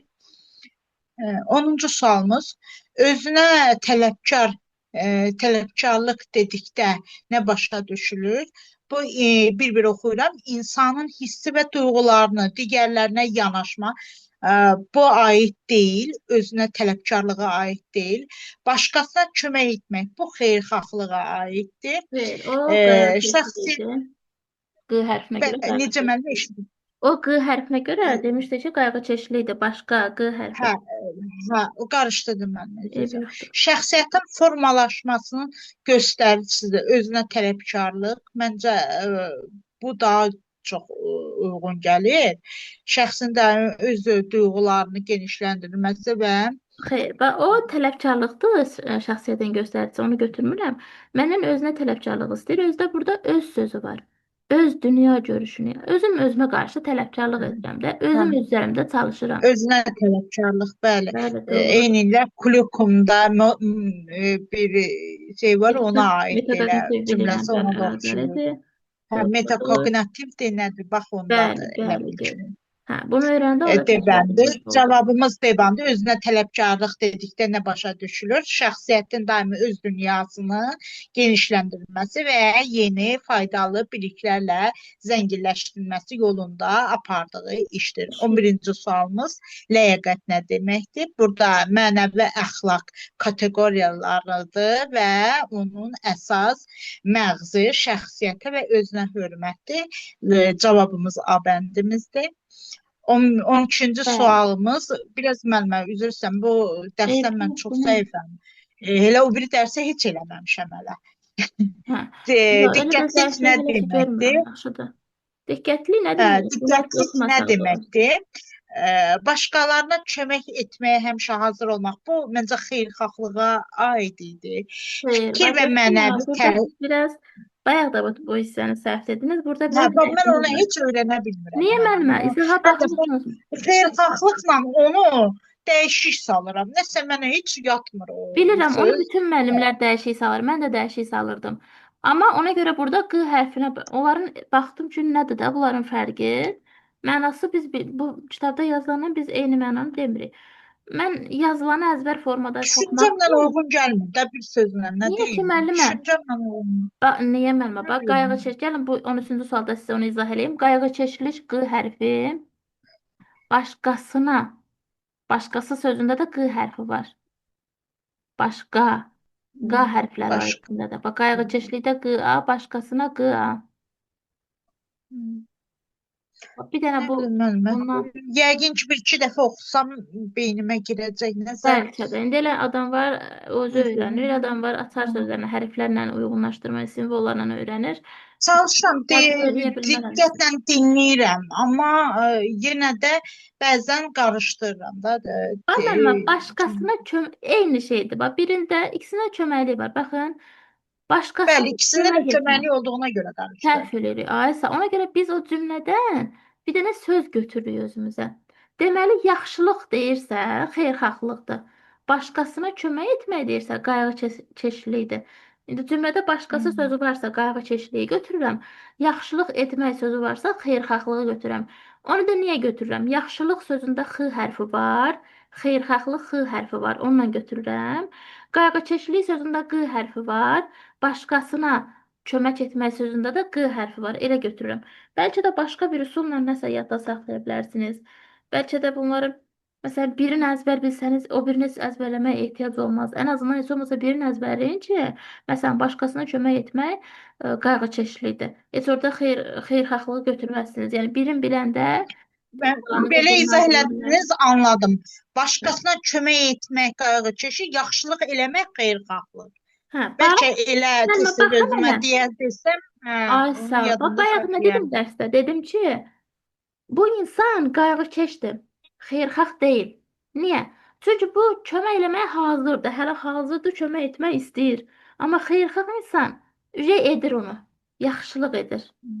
Yaxşılıq Xeyirxahdır da, edir. yəni yaxşılıqlar edir. Məsələn, bax belə deyim. Mən deyirəm ki, nə vaxtsa kiməsə nəsə edəcəm. Mənim məsələn əlimdə şəraitim olsa kiməsə nəsə edəcəm. Qayğıkeş oldum.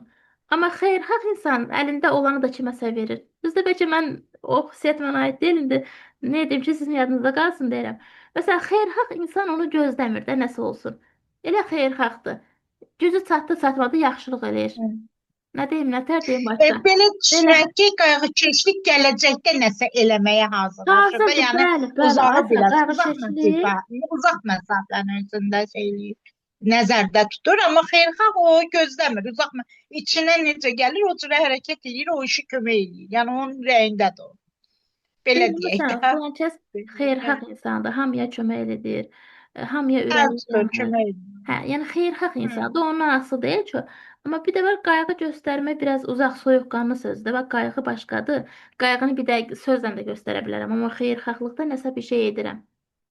Yaxşı, mən qayğı göstərməyə Oldu hazır mənə. ola bilirəm. Amma xeyirxahlıqda mütləq nəsə bir mən əməl etməliyəm ki, görsün ki, mən xeyirxah insanam. Mən nəsə etməliyəm ki, kimsə bilsinlər ki, mən xeyirxaham. Amma qayğı göstərmək deyir ki, kömək eləməyə hazırdır da bu hələ. Yəni qayğıkeş insandır, qayğı göstərmək istəyir, köməyə hazırdır bu. Amma xeyirxahsa edir, yaxşılıq edir. Belə müəllimə, nə deyək? 12-ci sualımızı təkrar bir də oxuyum müəllimə. 13-cü sualımız belədir. Diqqətlilik nədir? Burada D variantımızdır. Fikrin, görmənin, eşitmənin, kimin və nəyəsə yönəlməsidir. 13-cü sualımızı geniş şəkildə izah elədik. Qayğıkeşlik nə deməkdir? Başqasına kömək etməyə həmişə hazır olmaq deməkdir. Yəni gərək bir də belə də nəzərdə tutsaq ki, gərək biri buna deyə ki, o nəsə bir şey, gələcəyə nəzərdə tutulan bir işdir. Mən elə anladım Mən sizin də də yadınızda qaldı. fikrinizdə. Fərq etməz. Əsas odur ki, İnşallah. İnşallah. 14-cü sualımız soruşuram təkrar. Bəli, buyurun. İnşallah. 14-cü sualımız fiziki və mənəvi təsir zamanı səbirli olmaq, ətraflı mühiti canlılara təsirən həddi qorumaq bacarığıdır. Bu dözümlülük, qayğıkeşlik, diqqətlik, özünü idarə etmə. Özünü idarə etmə ola bilməz, diqqətlilik ola bilməz.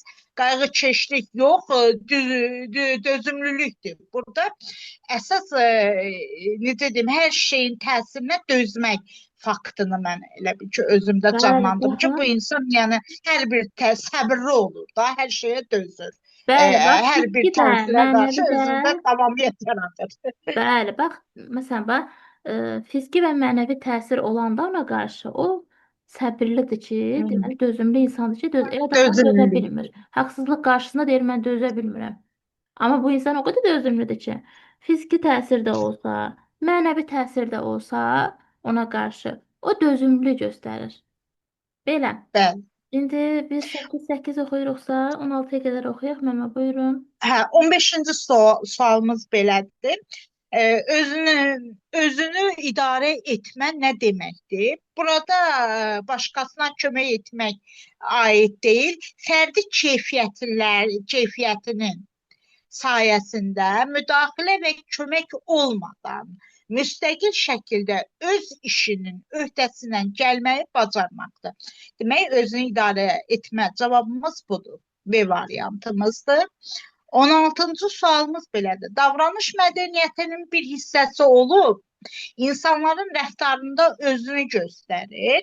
Özünü göstərir deyirsə, ünsiyyət mədəniyyətini, bayaq daha dediniz, davranışda ünsiyyət mədəniyyəti, ünsiyyət mədəniyyətində isə davranış mədəniyyətini götürürük.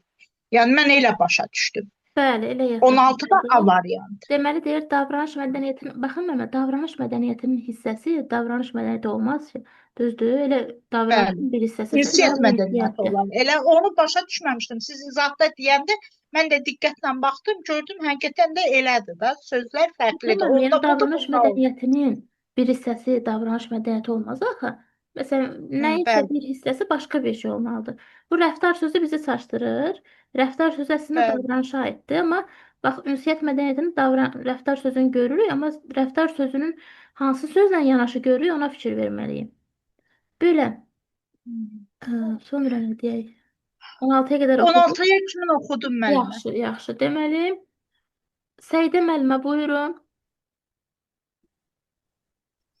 Ünsiyyət mədəniyyəti dedikdə nə nəzərdə tutulur? 3 dənə yoxsa 2 də? Müəllimə oxuyum mən. Bəli, buyur Zümrüd. Ünsiyyət mədəniyyəti dedikdə nə nəzərdə tutulur? Ətrafdakı insanların xüsusiyyətlərini, hərəkət və davranışlarını doğru qiymətləndirmək, insanlara hörmətlə yanaşmaq və düzgün rəftar etmək, vacib ünsiyyət bacarıqlarına yiyələnmək, ünsiyyət qurduğu insanın fərdi keyfiyyətlərini nəzərə alaraq ona yanaşmağı bacarmaq, doğru danışmağa meyil göstərmək 5 aid deyil. Ətrafdakı insanlara xüsusiyyətli hərəkət və davranışlarına doğru qiymətləndirmək 1. Cümləmiz İnsanlar 2 hörmət. dənədir, amma onu bölüblər. 3 dənə cavab Aha. bezək istəyirlər. Bəli, Birinci aiddir. İnsanlar hörmətlə yanaşmaq və düzgün rəftar etmək. Xeyr, bu deyil məncə. Bu davranış mədəniyyətidir. bəli, rəftar. Vacib ünsiyyət bacarıqlarına yiyələnmək 1, 3. Ünsiyyət qurduğun insan fərdi keyfiyyətləri nəzərə alaraq 1, 3, 4 C variantı. Bəli, fərdi keyfiyyətləri mən bilməliyəm və ona uyğun ünsiyyət qurmalıyam. Doğrudur. Ünsiyyət mədəniyyətinin xarakterinin hansı cəhətlərini əhatə edir? Ünsiyyət mədəniyyəti düzgünlük, səmimilik, tələbkarlıq, ədəblik, diqqətli, zəriflik, xeyirxahlıq, dürüstlük, qayğıkeşlik, düzgünlük, sadəlik, insanlara hörmətlə yanaşmaq. Mən burada Deməli, bax, bu da biraz çaşdırıcı. Deyir ki, ünsiyyət mədəniyyətinin xarakterin hansı cəhətlərini əhatə edir. Belə insanlara deyək də, bax, hörmətli, xeyirxahlıq, səmimilik, dözümlülük deyil. gəl buradan variantlara baxaq. Biz nə dedik orada? Hətta müəllimə nəsə baş hərflərdə yazmışdı. Sonra mən orada bir cümlə də yazmışdım. Hətta orada hökmə, xanım, yəni dözümlülük, Hətta mən D variantı buna hökmə, qarşı xeyirxah xeyirxahlıq, idi, səmimilik, dözümlü idi, dözümlülük. səmimi D davranırdı. variantı. Əla. Sonra nə deyə burada? Mən sənə qarşı dözüb hörmət etdim, amma xeyir olmadı. Sənə səmimilik, dözüb dözümlülük, hörmət etdim, hörmət, xeyri olmadı. Xeyirxahlıq. Bəlkə də indi köməyinizə sala bilər. Mən üçün bu belə yadda saxlamışam, amma müəllimənin də sözü xoşuma gəldi. İndi Səidə müəllimənin də fikrinə bir dəfə də təkrar baxsam, bir iki dəfə yadımda qalar. Deməli, başlıqlar qeyd etmişdim. Kiməsə oxuyum mən. Bəli. Kiməsə yaxşılıq etmək deyirsə, bu xeyirxahlıqdır. B variantı. Adekvatla tam eyni uyğun deməkdir. Bəli, doğrudur. İnsanlara hörmətlə yanaşmaq və düzgün rəftar etməkdir. Bu ünsiyyət mədəniyyətidir. Deməli, insanlarla hörmətlə yanaşmaq, rəftar. Yanaşmaq, Davranış mədəniyyətidir rəftar. mənim. Bu davranışdır. Yəni rəftar Hə, sözü hə. ünsiyyətdə bir dəfə var idi, amma onun əvvəlində davranışın bir hissəsi idi deyirdi. Həm də mən hörmətlə yanaşıram, danışmıram, axı mən hərəkət edirəm də, yanaşıram. Məncə bu davranış mədəniyyətidir, bəli. Xarakterin hansı cəhətlərini ədəb və mərifət inkişaf etdirir? Burada xeyirxahlıqla dözümlülük idi mənim.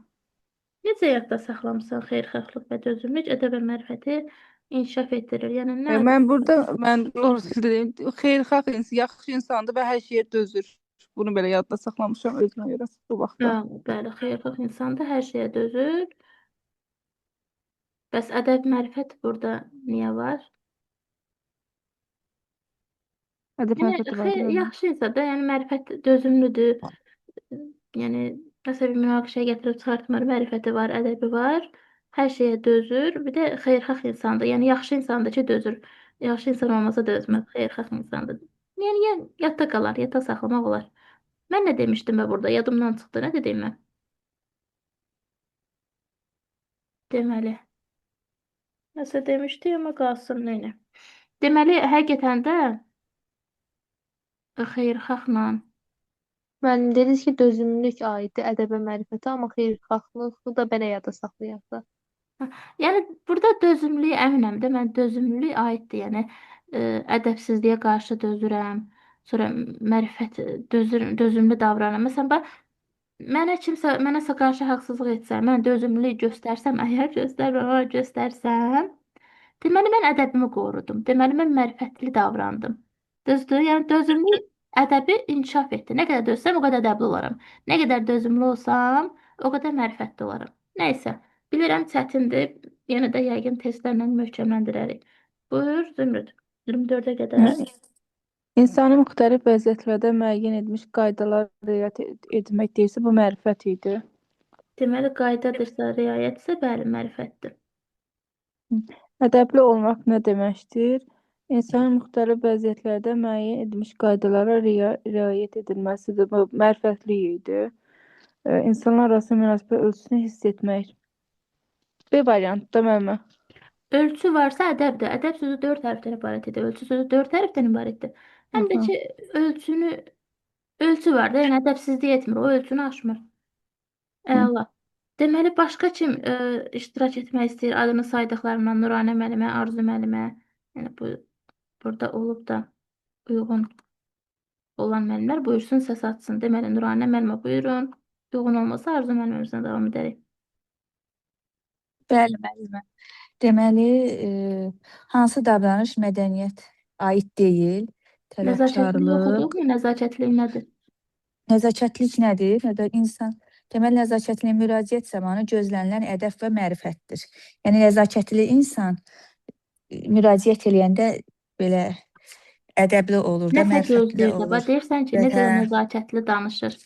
Nəsə bir ədəb qaydalarına əməl etməyə çalışır. Əməl Ədəbli eləyir, danışmaq bəli. istəyir. Sakit Mərifətli danışır, olur.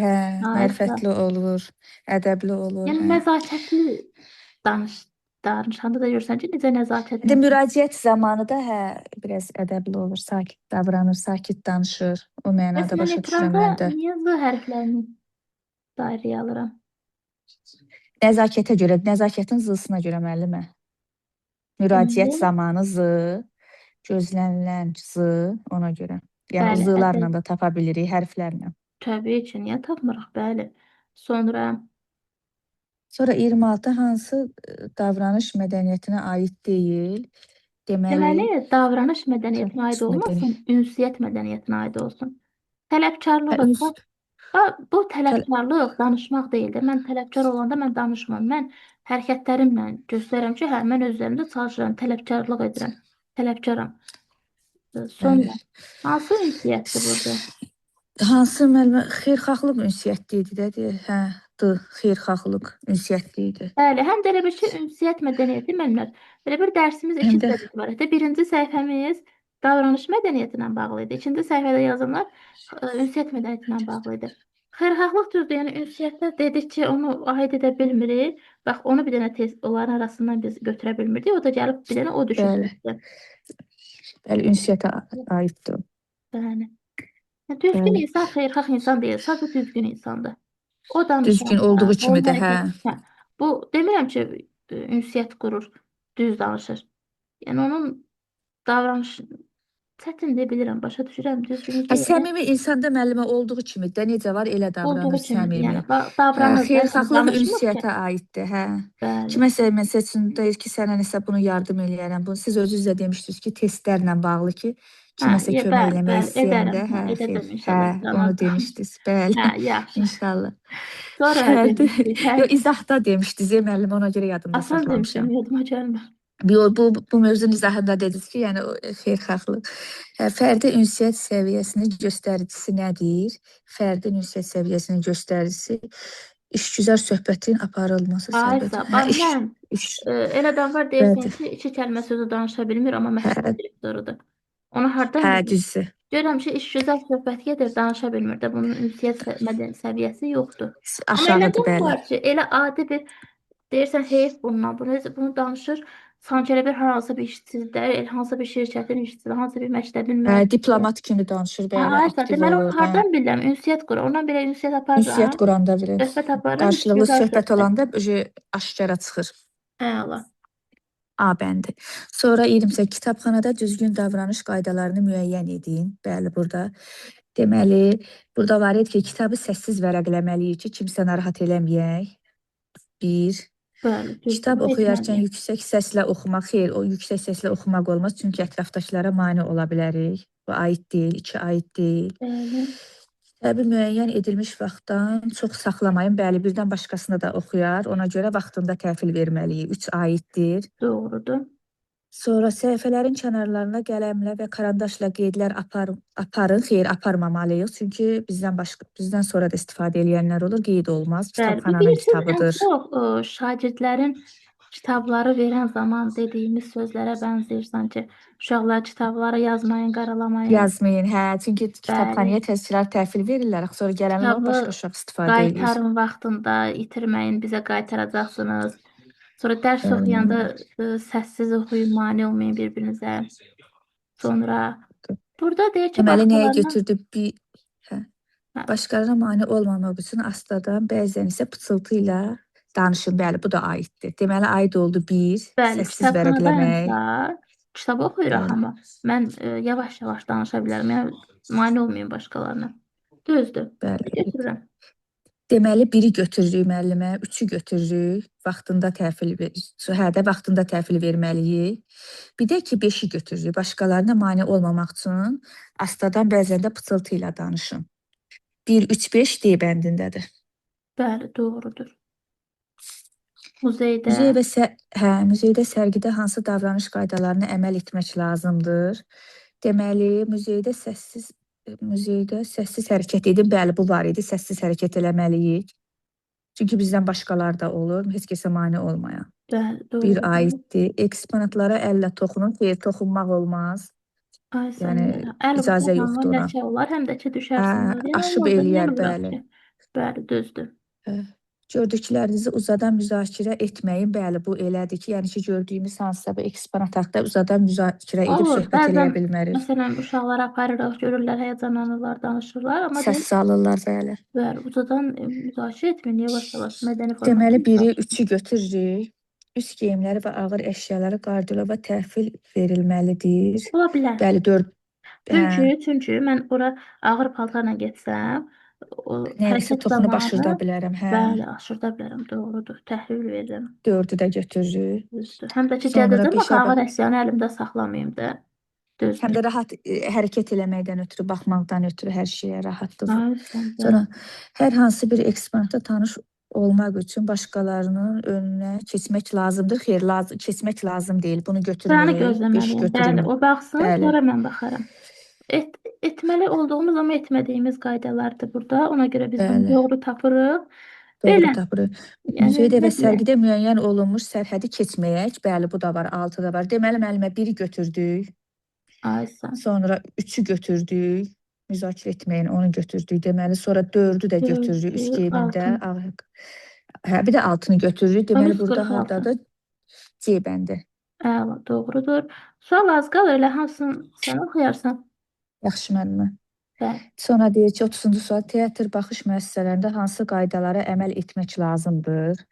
Deməli, bizə əməl etməyi soruşur. Tamaşa zalına video, foto çəkiliş edin. Yox, etməməliyik. Çəkiliş etməməliyik, video çəkməməliyik. Yəni, sakitliyə riayət eləməliyik orada da. Bəli, Sonra üst doğrudur. geyimində və ağır çantalar qardıroba təhvil verin. Bəli, bu mütləqdir.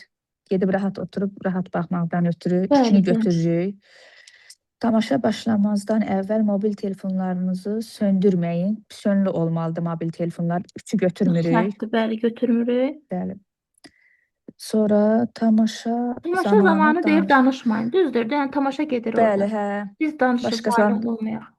Düzdür. Sonra zala yemək, içmək gətirməyin. Gətirin, xeyr, gətirməməliyik. 5 də düz deyil. Gətirməməliyik, səhvdir o. Tamaşa sona çatmamış zalı tərk etməyin.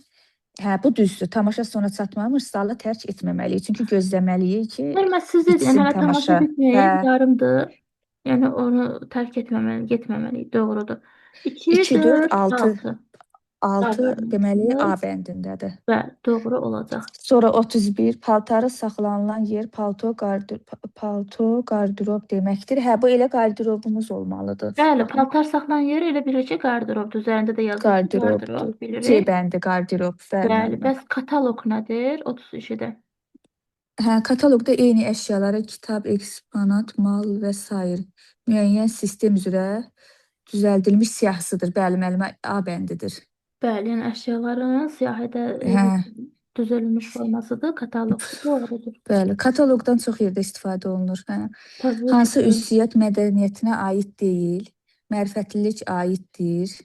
Sonra nəzakətlilik də aiddir. Ədəbli olmaq aiddir. Ləyaqət ünsiyyət ünsiyyətə aid deyil. mədəniyyətinə bax, dərsimizin bu biri səhifəsində idi ləyaqət. Yoxsa bu Hə, neçəydi? Ədəb, yox, o bir səhifədə idi. mərifət idi, ədəb idi, nəzakət də sonra doğru idi, amma ləyaqət, özünə hörmət, tələbkarlıq, bax, onları səhifəsində idi. Həm də Bəli, gəlin müəllimə. baxaq, mərifət. Məsələn, mən danışanda mənim mərifətliyim bilinir. Mən Bəli. nəzakətli ünsiyyət zamanında nəzakətli ola bilərəm də. Kimin? Bəli. Ədəbli də elə insan var, danışır, ədəbsiz danışır ya da ədəbli danışır. Məsələn, Bax, danışanda ədəbli ədəbli, olmaq hamıya aiddir. Bəli, bəli, müəllimə. bəli, həm də danışanda ədəbli, ədəb qaydalarına əməl eləməliyəm. Ünsiyyət, yəni danışmaq ünsiyyəti deyirəm. Amma ləyaqət davranışdır. Məsələn, özünə hörmət. Bu danışmır ki, sadəcə özünə hörmət edir. Baxıram, görürəm ki, davranışından bunu bilirəm ki, ləyaqətli insandır. Mədəni əxlaq kateqoriyalarıdır. Mədəni Əxlaqi, mənəvi L əxlaq, hərfi var. hə, əxlaqi, ləyaqətə aiddir. L ilə ləyaqət, bəli, müəllimə. Bəli, doğrudur. B bəndi. Ləyaqətli insan, yəni əxlaqi Hə. kateqoriyasıdır. Ləyaqətə aid xüsusiyyətləri, ləyaqətə aid xüsusiyyətləri müəyyən edin. Dürüstlüyün təzahürü, bu yox, dürüstlüyə aid idi. Dürüstlük Mənəvi deyil, əxlaq səmimilikdir. kateqoriyalarıdır. Bəli, səmimilik. Deməli, müəllimə, burada 2-dir, mədəni əxlaq. Burada ləyaqətə görə əxlaqı götürürük, L-ya görə. Bəli, doğrudur. İçini Əxlaqi, bax, Q götürürük. hərfi də var, bax. Ləyaqət, L, Q hərfləri var. L, Əxlaq, L, Q hərfi var. Q, bəli, Sonra, müəllimə. şəxsiyyət Şəxsiyyətin formalaşırsa, formasının bu göstəricisidir, hə. Bu tələbkarlıq olmaq. özünə tələbkarlıq idi, özünə, bəli. Öz sözü yoxdur. Yox, yox, şəxsiyyətin formalaşması idi bu, bəli, müəllimə. Onun əsas məğzi şəxsiyyətin və özünə hörmətdir. Bu da müəllimə ləyaqətə aiddir, 4. Deməli, burada oldu 2 ilə 4. D bəndi. Cavaba, özünə hörmət edirsə, əsas məğzi şəxsiyyəti və özünə hörmət edirsə, əxlaqi Dirsə, kateqoriyası ləyaqətdir. Bu öz ləyaqətə 8-də aiddir. də var idi, öz sözlərindən tapırdıq. Orada da Hı. nə idi? Təvazökarlıq idi deyəsən, öz sözlərindən tapırdıq. Yəni təvazökarlıq varsa öz sözlərini götürəcək. Sonra özünə tələbkarlıq varsa, orada da öz sözünü götürəcək. Deməli 36-ya baxaq, sonuncu sualımıza baxırıq. Bəli. Aşağıdakılardan hansı? Burada hansı? Teatr baxış müəssisələrinə davranış qaydalarına aiddir. Aid olanı istəyir bizdən. Yanında boş yer varsa tanışlarına təklif et. Xeyr, bu elə deyil. Hərənin öz yeri var. Teatrda hamı bilet alıb gedir. Yəni o bizə o aid deyil ki, kiməsə şey desin ki, gəl otur burada. Bəli, Özünü bilet səliqəyə alınmalı. salmaq, bu da aid deyil. Tamaşa vaxtı söhbət etmək olmaz, bu da aid deyil. Üzü oturanlara tərəf keçmək, bəli, bu aid idi ki, Düzdür, yəni yəni əgər yervə arxamızı keçmək çevirməyəcək istəyirsənsə, hə, kiməsə. arxamızı keçirmək, üzümüzü çevirib keçib əyləşirik, D bəndi düzgün cavabımızdır. Bəli, doğrudur. Belə müəllimələr, mövzumuz nə qədər bəzi hissələri asan, bəzi hissələri dəfələrlə səhvliyə gətirib çıxaran olsa da, bax görün nə gözəl testdir. Siz elə bu testi 3-4 dəfə oxusanız ayrı-ayrı, yəni işləsəniz ayrı-ayrı vaxtlarda, elə bunları səhvlərinizlə belə yadda saxlaya bilərsiniz. Yəni testdə hər şey kitab əhatə edir. Testdə özümüzü daha kitabı oxuyanda deyirik asandır, düzdür, bu budur, uyğun gəlir, amma testdə görürsünüz ki, nə qədər bizim zəifliklərimiz var. Ona görə bu testi üzərindən 1 həftə, 2 həftə keçsin, yenə də təkrar işləyin. Sakit mühitdə, sakit başla işləyin ki, görün nə bilirsiniz, hansıları tapa bilirsiniz. Yəni həm öyrənmək lazımdır, oxumalı olan mövzudur. Mən nə qədər sizə deməyə çalışsam da, özümüzün bildiklərimiz də bəzən görürsünüz bizi burada yanıldır. Ona görə bu dəfələrlə oxunması bir mövzudur. Mövzunu demirəm başdan aşağı oxuyun. Onu sizə demirəm. Siz bilirsiniz. Məsələn, kataloqu lazım deyil sizə. Qardırob lazım deyil. Kitabxanada qaydalar lazım deyil. Siz kitabı açın. Siz haralarda səhvlik eləyə bilərsiniz, onları oxuyun. Harda bilirsiniz ki, mən testlərdə səhv yazdım, onları oxuyun. Təkrarən dərsi başdan aşağı oxumaqdansa bir saata, yəni vaxtınız az getsin də az olan hissəni oxuyun. Yəni bildikləriniz lazım deyilsə. İndi mövzumuz bitdi. Yəqin ki, sualınız mövzu ilə bağlı yoxdur. Belə görürəm. Keçid edək digər mövzumuza.